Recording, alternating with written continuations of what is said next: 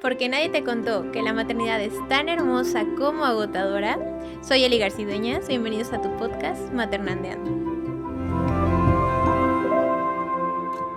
Este podcast es un espacio para compartir ideas.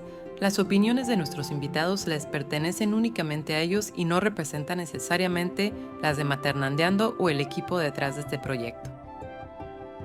Tu bebé ya inició la alimentación complementaria, pero no sabes si es A, B, C o D y qué sigue.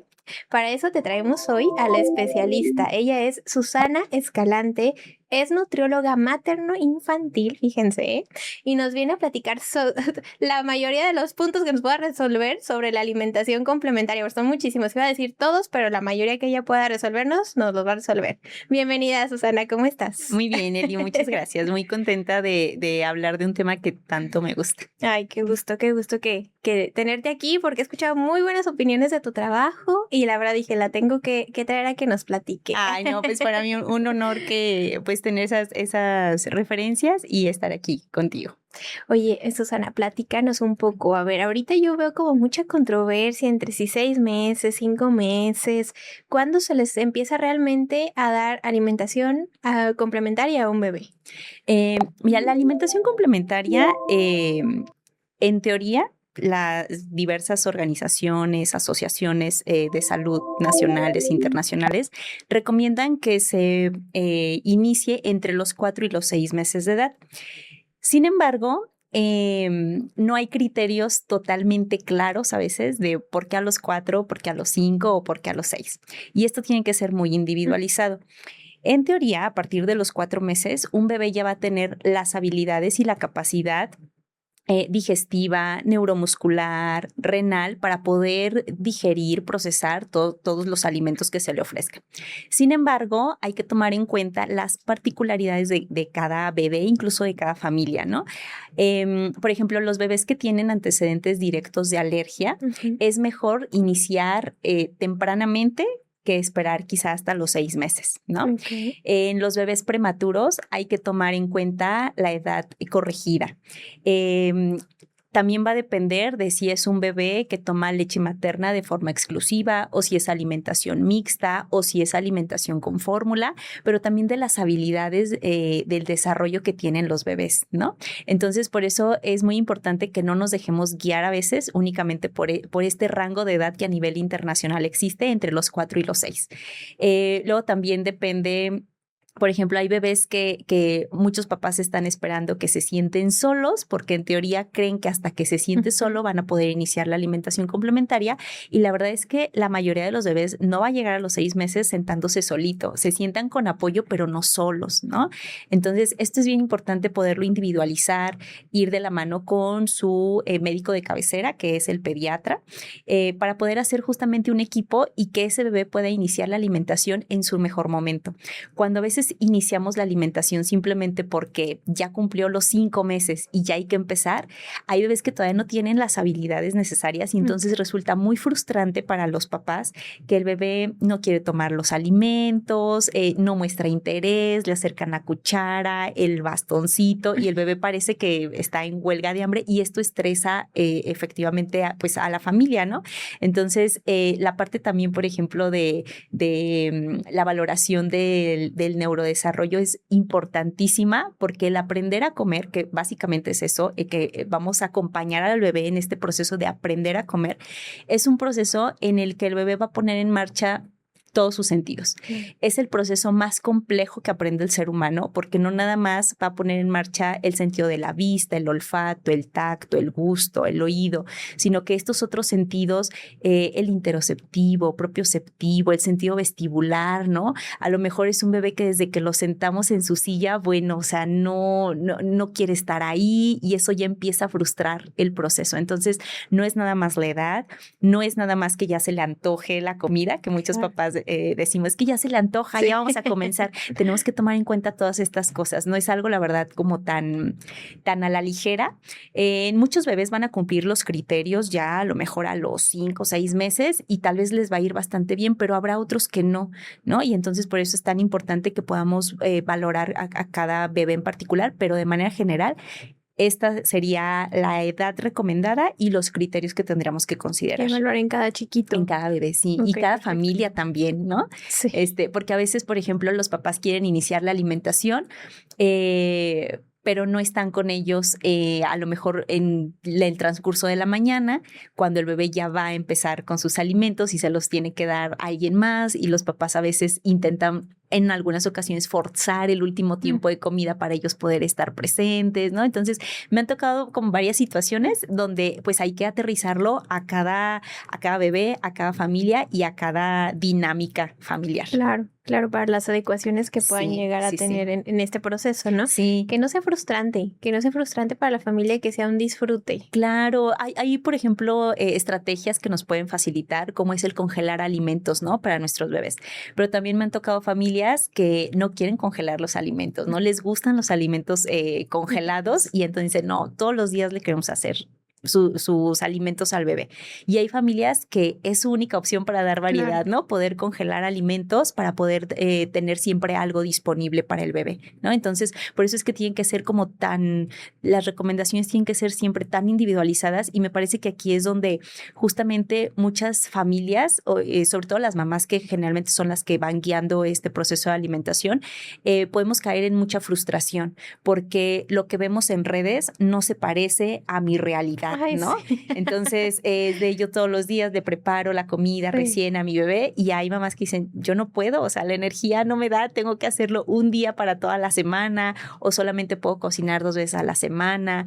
Tengo que transportar los alimentos para llevarlos con otro cuidador o para la guardería, ¿no? Entonces, ahí es como cuando nos empiezan a chocar estas ideas de que vemos en redes el bebé que come todo lo que se le preparó, la mamá hizo el desayuno súper rápido, el bebé lo devoró y dicen, wow, le encantó. La mamá en casa intenta replicar la misma receta y resulta que su bebé no quiere, lo avienta, llora, ¿no? Entonces, siempre las redes sociales en esta etapa juegan un papel bien importante de lo que es la expectativa y lo que va a ser la realidad para nuestro bebé. Y aparte, justo lo que decías, el plato se ve hermoso, divino, y hacen unas combinaciones que dices, híjole, sí se va a comer la espinaca, se la voy a revolver aquí con avena, con huevito, y ves tu plato y dices, no se ve como el de Instagram, y empieza a juzgarte, ¿no? A veces como mamá, e ir acompañado con un profesional que te diga, calma, a veces se va a ver así, a veces vas a tener que separarlo, puedes combinarlo con otra cosa, y yo te oriento de esta manera. Creo que da paz también a las familias. Sí, porque muchas familias luego se preocupan mucho justamente por cuánto va a comer y qué recetas le voy a preparar. Y la verdad es que al inicio no necesitamos recetas ni necesitamos fijarnos en cuánto va a comer. Es acompañar el proceso de aprender a comer. Y entonces en lo que menos nos vamos a fijar va a ser en la cantidad de alimentos que está comiendo un bebé. En teoría sí sabemos la capacidad gástrica, la capacidad que tiene la pancita de un bebé, pero eso nada más nos va a servir como un preámbulo de cuánto le sirvo, pero finalmente el bebé va a decidir cuánto come, ¿sí? El proceso de aprender a comer no es nada más para sentarlo y que abra la boquita, es para que reconozca olores, sabores, texturas, temperaturas de los alimentos, incluso encontrar cuál es el mejor horario en el que mi bebé está más receptivo para interactuar con los alimentos, ¿no? Hay, por ejemplo, situaciones donde a lo mejor si yo le ofrezco siempre a las 9 de la mañana y siempre está llorando y lo rechaza, tal vez me puede esperar media hora, 1 hora más, y tal vez mi bebé va a estar más dispuesto, no va a estar tan irritable, porque es bien importante que el bebé pueda llegar a la mesa en un estado de calma para que pueda efectivamente interactuar con los alimentos y disfrutar. Y justamente lo que decías, es un proceso en el que tenemos que disfrutar tanto los cuidadores como nuestro bebé. Claro, porque si están en estado de alerta, no creo que ni siquiera nosotros podemos comer tranquilamente, ¿no? Entonces menos un bebé, o para permitirse explorar, sentir, saber si le gusta, cómo se siente esa textura en su boca, porque también es algo importante, que integren la textura. Susi, y ahora te voy a preguntar, ¿cómo iniciarlo? ¿Con qué alimentos iniciarlo? Antes se creía, por ejemplo, hay un mito que ahora yo ya sé que es un mito, lo del huevo, ¿no? Que hasta casi que el año le podías dar huevo por las alergias, o que le podías dar carne en cierta etapa, y ahora nos vinieron a revolucionar porque es como de ahora, no, que los 5 grupos alimenticios y que esto y que el otro y que el otro, entonces traemos como una confusión ahí en con qué sí se puede iniciar la alimentación. Sí, justamente hace muchos años, la evidencia nos decía que teníamos que retrasar la introducción de alimentos con potencial alergénico, justo como el huevo, pescados, cacahuates, nueces, etcétera, después del año de edad, porque esto iba a disminuir el riesgo de alergias alimentarias. Entonces, muchas abuelitas, esa es la información con la que crecieron y con la que criaron, ¿no? A sus hijos. Y que hoy en día, pues la mamá hace lo contrario, ¿no? Le queda el huevo antes del año, el pescado, el cacahuate, etcétera. Y no es que antes se haya hecho mal, se hacía lo que se podía con la información que se tenía en ese momento. Pero justamente este avance en la evidencia científica pues nos ha hecho replantear estas recomendaciones y hoy se sabe que la introducción de estos alimentos antes del año de edad va a funcionar como un factor protector de reacciones alimentarias, ¿no? De reacciones alérgicas. Entonces hay que ofrecerlos antes del año y entre los primeros alimentos con los que tendríamos que iniciar este proceso, vamos a procurar elegir los que son ricos en hierro, porque justo a partir de los 6 meses, los bebés van a tener requerimientos diferentes a los que tenían antes de esta edad. De manera que ya con la pura lechita, ya sea leche materna, leche fórmula, no va a ser suficiente. Por eso es bien importante que cuando nosotros iniciemos, incorporemos entre los primeros alimentos aquellos que sean ricos en hierro principalmente. Por ejemplo, carnes, ¿no? Entre más roja sea una carne, va a tener más hierro, ¿no? Entonces podemos iniciar con carne de res. Elegir verduras de color verde que van a tener un poco más de hierro que verduras que sean de otro color. El huevo, por ejemplo, se puede ofrecer completo, tanto la yema como la clara, pero justamente la yema es lo que va a tener más hierro, ¿no? Es la parte que va a tener más hierro.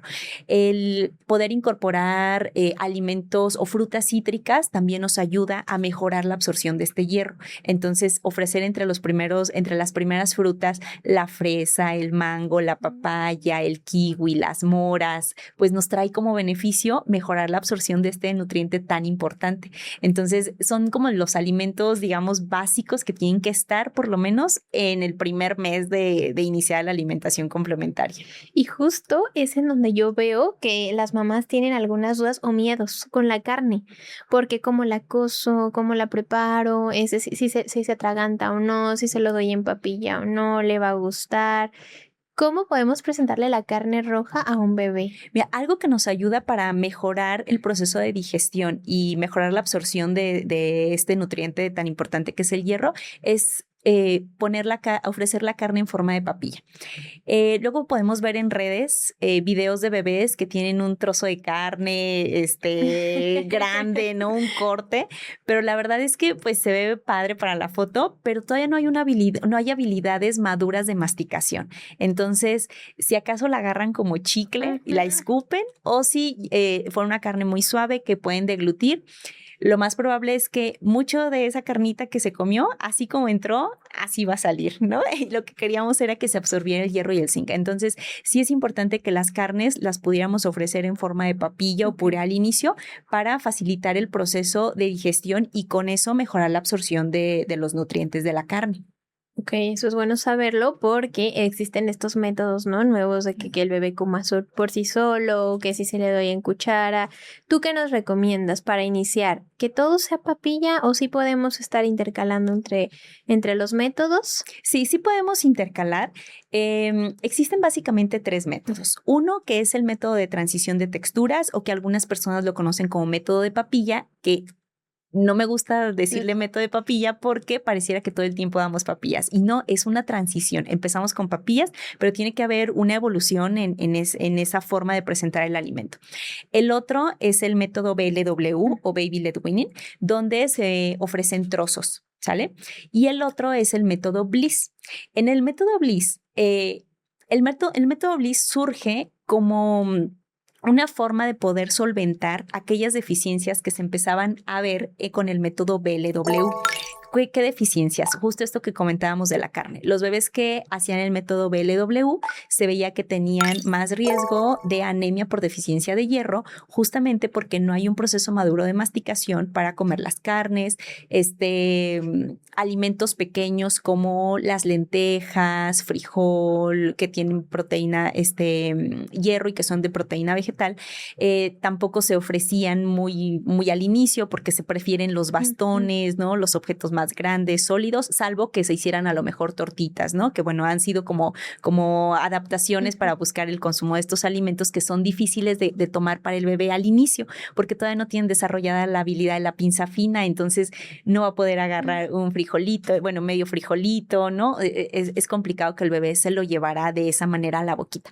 Entonces surge el método Bliss para poder solventar este riesgo de anemia, y entonces en el método Bliss ofrecemos aquellos alimentos que son ricos en hierro en forma de papilla o puré, justamente para mejorar la absorción de este nutriente. Y el resto de los alimentos los ofrecemos en forma de bastón, porque lo que buscamos es también la autonomía, ¿no? A la hora de comer. Entonces, los bastones tienen que tener ciertas características, tienen que ser máximo de largo de un dedo índice de adulto, no más ancho del dedo, no más ancho de 1,5 centímetros, y que cuando presionemos entre nuestro dedo índice y pulgar se pueda fundir. Si podemos hacer eso con ese bastoncito, se lo podemos ofrecer al bebé para que lo tome y lo lleve a la boquita, y lo va a deshacer fácilmente con sus encías, porque todavía no va a haber dientes, que luego esa es otra. Muchos papás empiezan a tomar confianza cuando les ven los primeros dientecitos al bebé, y hay quienes dicen, todavía no tiene dientes, no hay que hacer transición de texturas.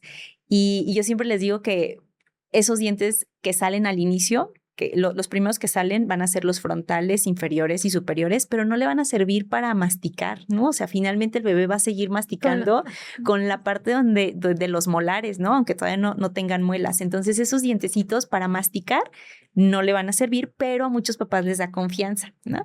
Entonces, sí es bien importante que podamos hacer una valoración para saber también qué habilidades va desarrollando nuestro bebé e ir haciendo la transición en los momentos adecuados, ¿no? La transición en las texturas. Pero básicamente en lo que respecta a los métodos son esos 3. Y en caso de que nosotros iniciáramos con el método de transición de texturas, la verdad es que tampoco es un método que sea malo, ¿no? Porque luego a veces así se llega a entender como, híjole, es que le tuve que dar papillas porque no me animé a darle trozos.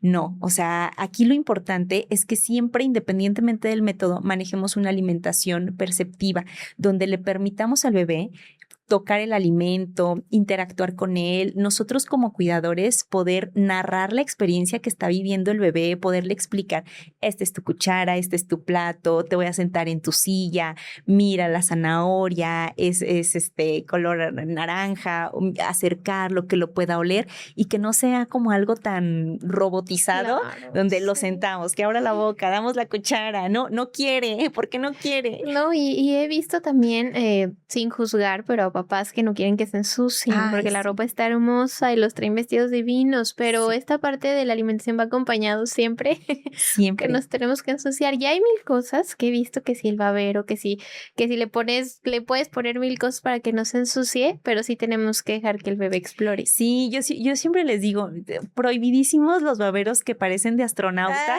y yo decía, que son con la manga súper larga y que aparte el material es como es plastificado, el bebé se mueve y es... En lugar de disfrutarlo, se puede empezar hasta desregular, ¿no? Sí, sentir incómodo. Entonces esos baberos no son recomendables. Podemos dejar al bebé sin ropita, ¿no? Solo con su pañal, o a lo mejor les podemos poner un babero que sea muy ligero de tela, porque luego también estos baberos de silicona a veces son muy pesados, son muy anchos y el bebé no puede estirar sus manitas al frente hacia la charola porque el babero se lo va a impedir, ¿no? Y fíjate que luego son los baberos que vienen incluidos en los kits de platito, vaso, cuchara, etcétera, son los que vienen y los que los papás usan, pero yo no los recomiendo por lo menos al inicio, ¿sí? Tal vez a partir de los 8 o 9 meses donde el bebé ya empieza a hacer la pinza fina, donde si se le cae el alimento el bebé sí va a ir a buscarlo, ¿no? Y aunque tenga lleno el plato, él quiere ese que se le cayó en la la charola, ¿no? Ahí sí los podemos usar. Pero antes de eso, al bebé la papilla, el bastoncito que se le caiga, no lo va a ir a buscar, ¿no? Se fue, para el bebé desapareció, ya no existe, ¿no? No está este sentido de permanencia. Entonces, esos baberos son estorbosos y lo mejor es que el bebé no sienta que tiene algo, que entre menos cosas sienta, mejor, ¿no? Para que justamente pueda tolerar las texturas en la piel, porque eso nos va a ayudar a que el bebé pueda tolerar texturas en la boquita, que el bebé pueda interactuar con los alimentos. Cuando los empezamos a limpiar y limpiar y limpiar, también vamos como programándolos para que no toleren las texturas y entonces no quieren después comer solos, se ensucian la mano y se la tienen que limpiar, ¿no? Entonces hay que permitirles que exploren y justo lo que decías mucho es más de los cuidadores, el estarlos limpiando. Ya se ensució. Yo les digo, el bebé se limpia hasta que termina de comer. Ni siquiera con la cuchara estarles recogiendo alrededor de la boquita y se lo volvemos a meter, ¿no? Si eso pasa, es probable que le estemos poniendo mucha comida en la cuchara, porque también el tipo de cucharas es importante. Entre más plana sea la cuchara al inicio, mejor. No cucharas que sean tan hondas, tan profundas, y entre más planita, mejor. Si el bebé se está ensuciando mucho, es probable que yo esté poniendo mucho alimento en la cuchara. Y por eso se ensucia tanto. Sí. Mira qué importante. Sí. ¿A qué edad empieza la selectividad? Que empiezan a seleccionar los alimentos y dicen, esto sí me gusta, este no. Y los papás empiezan en crisis total porque dicen, híjole, ya me rechazó el alimento. Sí, fíjate que puede ocurrir en varios momentos, pero en la alimentación complementaria, generalmente alrededor de los 8 o 9 meses, donde ya les ofrecemos cosas más mezcladitas, pues sí pueden empezar a desarrollar esta habilidad donde mastican, no sé, el arroz y si el chícharo o la zanahoria no les agrada, lo escupen, ¿no? Entonces se comen todo lo demás y pueden empezar a escupir algunas cosas. Pero en realidad, justamente esto nos ayuda para poder identificar situaciones donde el bebé requiera un apoyo, ¿no? Porque no es esperado que esto sucediera en la mayoría de sus tiempos de comida. A lo mejor digo, híjole, como que ya le estamos empezando a batallar con la zanahoria y antes se la comía muy bien. Ahorita como que ya no le está gustando tanto y no pasa nada. Existen muchas formas de presentar la zanahoria: asada, horneada, cocida, en agua, al vapor, con carne, con arroz. Existen muchas formas. Y entonces no porque no le guste de una forma, me voy a dar por vencida.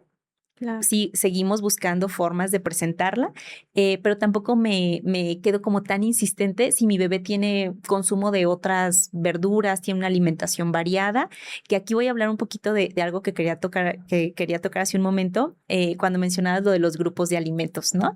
Que a veces queremos ver los platitos hermosos, perfectos, con los 5 grupos de alimentos, y la verdad es que, repito, esto tiene que ser bien individualizado. A lo mejor a esa familia o esa mamá no le da algún tiempo de comida para hacer los 5 platitos y que se vea perfecto el plato, pero mínimo sí tendría que tener 3, ¿no? 3 grupos de alimentos. Una proteína, un cereal, una fruta o una verdura, mínimo. Es deseable que incluya todos los grupos de alimentos porque justamente eso va a permitir que haya mayor exposición a los alimentos y que el bebé se pueda familiarizar más, que lo pueda ver el alimento en diferentes presentaciones, pero no es obligatorio, porque luego también me han tocado mamás que llegan con culpa porque dicen, híjole, es que no le alcanzo a poner las 5 cosas, ¿no? Y pues no lo estoy alimentando bien. Y no, o sea, no porque no le pongas los 5 grupos va a estar mal, ¿no? Te voy a platicar una estrategia que yo hacía con mi bebé, el chiquito. Como yo tenía los tiempos cortos y no podía hacerle a veces platos, sí intentaba, pero a veces no podía hacerle como su plato específico, adaptaba nuestro platillo. O sea, por ejemplo, si hacía enchiladas suizas, adaptaba las enchiladas al bebé. Sí. Entonces ahí le metía cositas, como en lugar de la salsa, esta picosita que conocemos, sabe deliciosa, se la hacía con calabacita, ¿no? Y también se la cocía y el bebé veía el mismo platillo para él y veía ya un poquito más grande, nos veía comer a todos y él también ya comía verdura, comía proteína, comía su tortilla y le ponía aguacate. Entonces ya decía, bueno, ya, o sea, como que más o menos ahí, ahí eso que mencionas, Eli, es importantísimo porque justamente uno de los objetivos es que aprenda el bebé a comer, pero también que se integre a la dieta familiar. Entonces, yo siempre les recomiendo justo esto, ir adaptando de lo que vamos a consumir en casa, qué le podemos adaptar a nuestro bebé, porque de verdad que la idea es que la vida se nos vaya haciendo más fácil y no más complicada, ¿no? Entonces, de lo que nosotros vamos a consumir en casa, ¿qué cosas le podemos adaptar a nuestro bebé? Por ejemplo, vamos a preparar albóndigas. Mi bebé no le voy a dar las albóndigas, tiene 6 meses, 7 meses, bueno, pero de la carne de res que ya compré, voy a separar la que va a ser para mi bebé y la que voy a cocinar para las albóndigas, ¿no? Si voy a cocinar arroz y mi bebé no ha probado el arroz o ya lo probó, bueno, vamos a comer arroz, puedo enjuagar todo el arroz, guisarlo hasta cierto punto, todo junto, ya después separarlo, ¿no? Pero que la idea es que no tenga yo que estar pensando en 2 menús todos los días para el desayuno, 2 para la comida, 2 para la cena, el de los cuidadores o la familia y específicamente el del bebé, sino que justamente lo vayamos integrando a la dieta familiar, que el bebé pueda ver los mismos colores en su plato que en el plato de sus cuidadores, ¿no? Y esto es súper importante porque es lo que queremos al final del día, ¿no? Luego muchas mamás a veces también se preguntan de, híjole, es que siento que ya se aburrió porque yo soy muy básica en la comida, ¿no? Y veo recetas en redes sociales y demás. Tu bebé va a comer lo que tengan en casa, ¿no? Sí. Como se acostumbre comer en casa. Claro. Fíjate que justo ahí me regresé yo a mi familia y mis papás siempre son de comer muy saludables y ahorita lo replicas como adulto y no es que estés buscando o tengas la necesidad de comer ciertos alimentos que tal vez obviamente se me antojan cuando los veo y están a la mano, pero no es que yo lo esté promoviendo y no porque diga, ay, no, son malos, no, sino más bien porque me adapté desde chiquita al menú familiar y acá en mi casa lo llevo porque fue mi adaptación, ¿no? Y lo llevo pues a mis hijos. Sí, claro, porque justamente lo que finalmente heredamos no vas a heredar las recetas. No, eso sí no, mamá. Pero sí los hábitos, ¿no? O sea, los hábitos que empezamos a inculcar desde etapas tempranas son los que se van a llevar para toda su vida. Y esta etapa, por ejemplo, que va de desde los 6 meses hasta los 2 años, es bien importante porque funciona como un periodo en el que podemos empezar a modelar los gustos y preferencias alimentarias. La exposición temprana al azúcar o a la sal sí puede tener un impacto en esas preferencias posteriores a mediano y largo plazo. Híjole, qué importante ahorita que dijiste lo del azúcar, ¿no? ¿Hasta qué edad podemos darle a un chiquito azúcar que esté recomendado, ¿no? O sea, por la OMS, por ejemplo. Mira, la recomendación es a partir de los 2 años, ¿sí? Pero te voy a decir la verdad, en la práctica, muchos bebés probaron el azúcar antes de los 2 años, ¿no? A veces puede ser con los abuelos que les dieron una galletita, sobre todo cuando ya hay hermanos mayores. A veces esta recomendación de llegar a los 2 años es difícil seguirla, ¿no? O sea, yo te voy a hablar desde mi experiencia. Yo tengo una niña y a Sophie probó el azúcar hasta los 2 años. Tiene un hermano Sophie y su hermano antes de los 2 años ya había probado el azúcar, ¿no? Entonces, porque ella un día estaba comiéndose un helado y su hermano quería helado y ella se le hizo fácil de quiere, pues le ofrezco el helado, ¿no? Y no por eso significa que yo a partir de ese momento promovía el que pues les compro un helado a cada uno, no, ¿no? Pero tampoco fue la verdad algo que yo dije, híjole, no llegó a los 2 años sin probar el azúcar. Es que, pues, en el ambiente en el que él estaba, también yo, por ejemplo, en esa ocasión, yo ya tenía más de 1 año y buscaba que no hubiera tampoco una relación mala con los alimentos. Yo no quería ver a mi hijo llorando porque quería el helado y no sabía por qué ese helado no le podían dar. Entonces, lo probó, le encantó, pidió otras 2, 3 veces y ya no quiso más, ¿no? O sea... Sí. No es como que desbloqueen el azúcar y ya tú vas a promoverlo. Sí, sino más bien es como que le damos, o sea, si ya lo probó, bueno, pasa, pero no es como que lo volvamos a promover, sino que futuramente se podrá, ¿no? Con que le compren su helado, pero en este momento hasta los 2 años. ¿No? Hasta los 2 años idealmente, sí. Y en esa ocasión me acuerdo que yo bromeaba con mi esposo y le decía, ay, no, o sea, si mis pacientes me vieran que hice esto,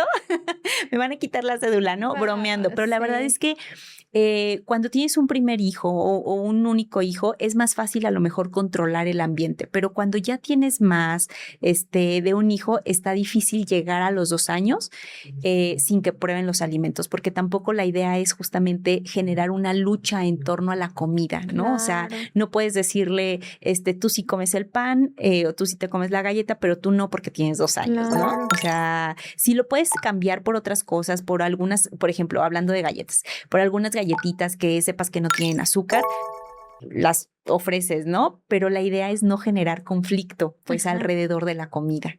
Sí, porque luego se registra como algo negativo, ¿no? Y después puede ser como al revés, se dan a trancones en un futuro cuando registran la comida como algo que no estaba tan permitido. Ya de adultos, no se diga, buscamos más azúcar y más cosas que estuvieron no permitidas Sí. de chiquitos cuando se relacionaron con algo negativo. Algo negativo, Sí. exactamente. Sí, entonces la idea es aprender, es un proceso de aprendizaje. ¿Sí? Y es aprendizaje mutuo, o sea, que quede claro que es familiar, que todos están aprendiendo, porque luego sí tendemos ahorita con las redes sociales a ver el ABC, de hecho hay un libro, ¿no? Que se llama ABC de la alimentación complementaria, sí. Pero queremos seguir toda tan al paso y decir a esta edad se cumple esto, a esta edad hoy no me equivoqué en esto, ya no, que traemos un montón de culpas ahora cargadas por eso, porque como ya hay tanta información y ya se sabe más o menos por dónde ir, cuando no lo cumples, creo que está afectando a la salud mental de las mamás y de las familias, de los hogares, porque, pues bueno, también los papás se ven involucrados en esto y hay mucha resistencia también de familiares externos, entonces no es como que lo que yo veo mucho, ¿no? Que van con los abuelos, el abuelo ya le dio y hay pleito. Entonces ya en lugar de que sea algo como una salud para ambas familias, ya hubo conflicto porque no respetaron ni lo que la familia nuclear quería para sus hijos. ¿Qué sugerencia nos pondrías en este ejemplo de las familias que no respetan los nuevos cambios y la nueva información que hay? Pues mira, es que es muy curioso porque justamente a veces no se les quieren ofrecer alimentos como el pescado, el huevo, pero culturalmente una galletita no es mal visto, ¿no? Una paletita no es mal visto, ¿no? Entonces, sí hay por ahí como un choque de ideas, pero lo que yo les propongo a los papás cuando ocurren este tipo de situaciones es, bueno, uno, tener como un stock de alimentos en el congelador de los abuelos. Ajá. O poder comprar algunas opciones industrializadas aptas para el bebé, ¿no? Hay opciones, por ejemplo, de galletitas que se podrían ofrecer a partir de los 8 o 9 meses, que no las recomiendo tanto, pero pueden ser una alternativa a otro tipo de productos más industrializados, con azúcar, con sal. Entonces, opciones sí podemos encontrar. Podemos, no sé, tener, por ejemplo, en la casa de los abuelos o de los cuidadores, paletitas congeladas de fruta para el bebé, o si el bebé ya ha probado el yogur, les podemos hacer paletitas de yogur con fruta para que puedan tener ahí snacks para ofrecerle y que sean adecuados para el bebé, porque también el consumo de alimentos más industrializados, con más ingredientes, con ingredientes que el bebé no ha probado, puede provocar situaciones o de alergias o de estreñimiento. Entonces, no es recomendable como a veces ver como tan inofensivo de, ay, era una galleta, no le va a pasar nada. Hay bebés a los que sí les va a pasar, ¿no? Okay. Que sí les puede pasar. Sobre todo, por ejemplo, cuando se trata de bebés que tienen antecedentes ya de alergia, específicamente alergia a la proteína de la leche de vaca, el ofrecer alimentos industrializados, pues sí puede poner en riesgo el estado de salud del bebé. Entonces, ojo por ahí, abuelitos, porque a veces sí tendemos como a tener ciertas riñas por ahí, por ese tema de la alimentación. Otra cosa que, híjole, no se me tiene que olvidar. Estamos como en el boom del yogur griego. Ay, sí. ¿Qué tan recomendado es darle yogur griego a un bebé que está iniciando alimentación complementaria? Mira, el yogur griego es un yogur que va a tener mayor cantidad de proteína que un yogur regular. Y un bebé no requiere mayor cantidad de proteína que más allá de la que ya tienen los alimentos en su estado natural. Se ha visto que un consumo elevado de proteína, principalmente proveniente de lácteos, condiciona mayor acumulación de reservas de grasa y ganancia de peso en la adolescencia y la edad adulta. Por eso es que el yogur griego no se recomienda durante la alimentación complementaria. ¿Qué tipo de yogur sí podríamos consumir? Un yogur que sea natural y sin azúcar. El empaque tiene que decir así, yogur natural sin azúcar. El yogur que dice 0% azúcar es un yogur que tiene sustitutos de azúcar y que tampoco son recomendados para niños. Entonces tiene que decir así todas sus letras, nombre y apellido, yogur natural sin azúcar o sin endulzar. Creo que es etiqueta gris, ¿no? Hay uno con etiqueta gris que es el que dice sin azúcar y sin... Sí, sin... Hay varias marcas, sí, hay varias marcas, y cada vez hay más, ¿no? Más opciones de una misma marca, puede tener varias versiones, el griego, el endulzado, el natural sin azúcar, sí. Muy bien.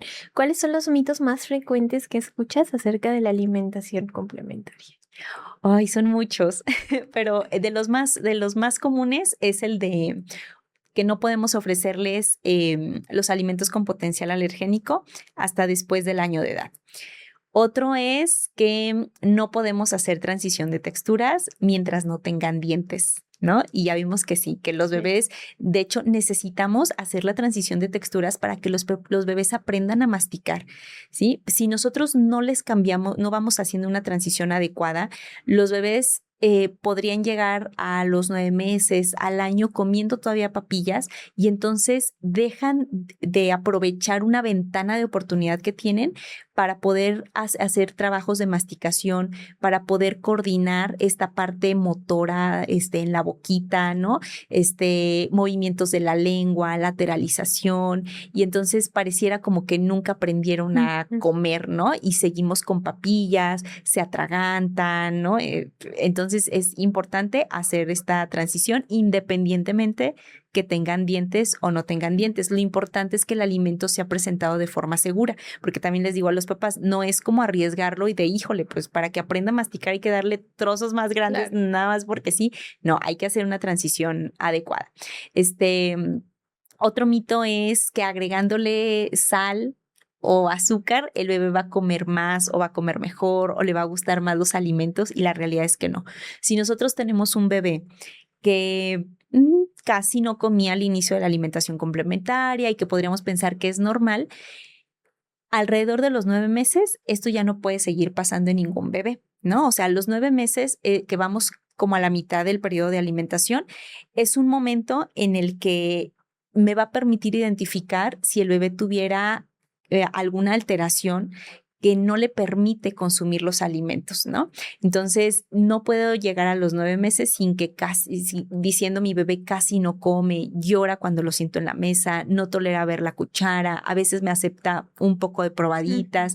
Entonces, no por agregar sal, no por agregar azúcar, esto va a mejorar, ¿no? Habría que tratarlo o revisarlo, ¿no?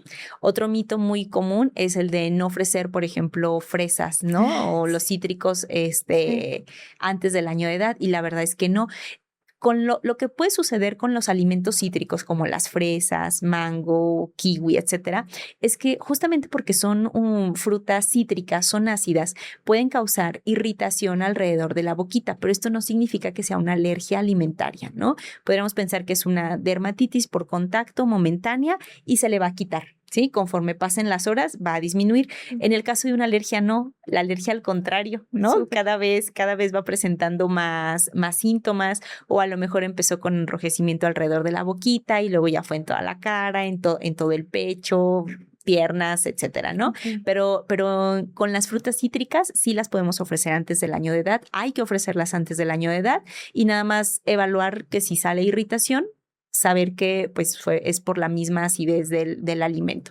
Limpiamos con agüita, rehidratamos la piel y va a disminuir, ¿sí? Perfecto. Híjole, para que nos apliquemos en eso, porque sí son muchos, que yo creo que muchas familias todavía mexicanas al menos seguimos como con esta tendencia a no tener tanta información respecto a la alimentación y a seguir orientados por la corriente pasada, ¿no? Que decía todo esto de los cítricos, de la proteína, la parte de no pasa nada por la coquita que le ofrecemos en el biberón.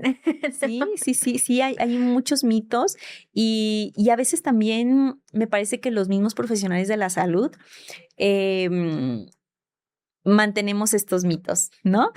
A veces llegan los papás y me dicen, bueno, es que el pediatra me dijo esto, me dijo que no le diera, pero yo vi en redes que ya hay bebés desde los 6 meses que están comiendo carne, que ya puede comer más cosas. Entonces, así como yo decía en un inicio que las redes luego chocan con esta expectativa que tienen las mamás y lo que es la realidad, a veces las redes también ayudan, ¿no? Para que las mamás justamente busquen, o a veces llegan a mí buscando como más información, porque con la información de su pediatra de cabecera, como que no, ya les choca esa información ahora con lo que ven en redes, ¿no? Entonces, yo nunca les digo deja a tu pediatra, ¿no?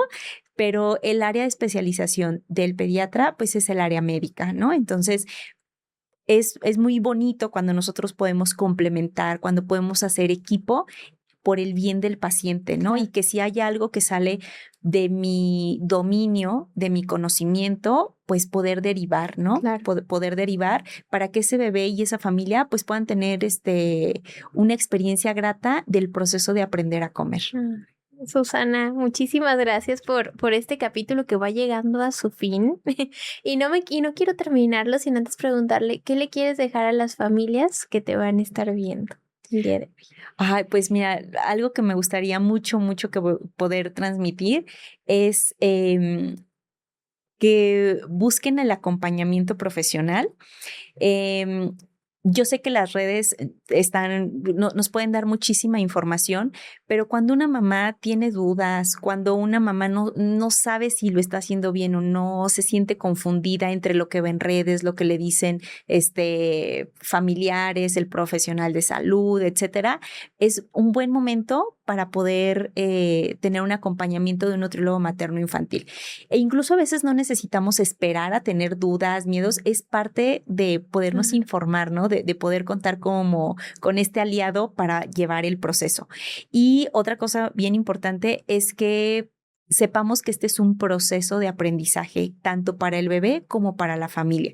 Vamos a aprender qué sabores son los que más le gustan a mi bebé, cuál es su mejor tiempo de comida, si tengo un bebé que es más explorador y quiere agarrar, o tengo un bebé más cauto, donde necesita más exposición, familiarizarse más para decidir tomar la cuchara, ¿no? Entonces, que no se dejen guiar, que iniciemos esta etapa básicamente sin expectativas, ¿no? Con la intención de conocer a nuestro bebé y explorar nuevas habilidades en nosotras como mamás también.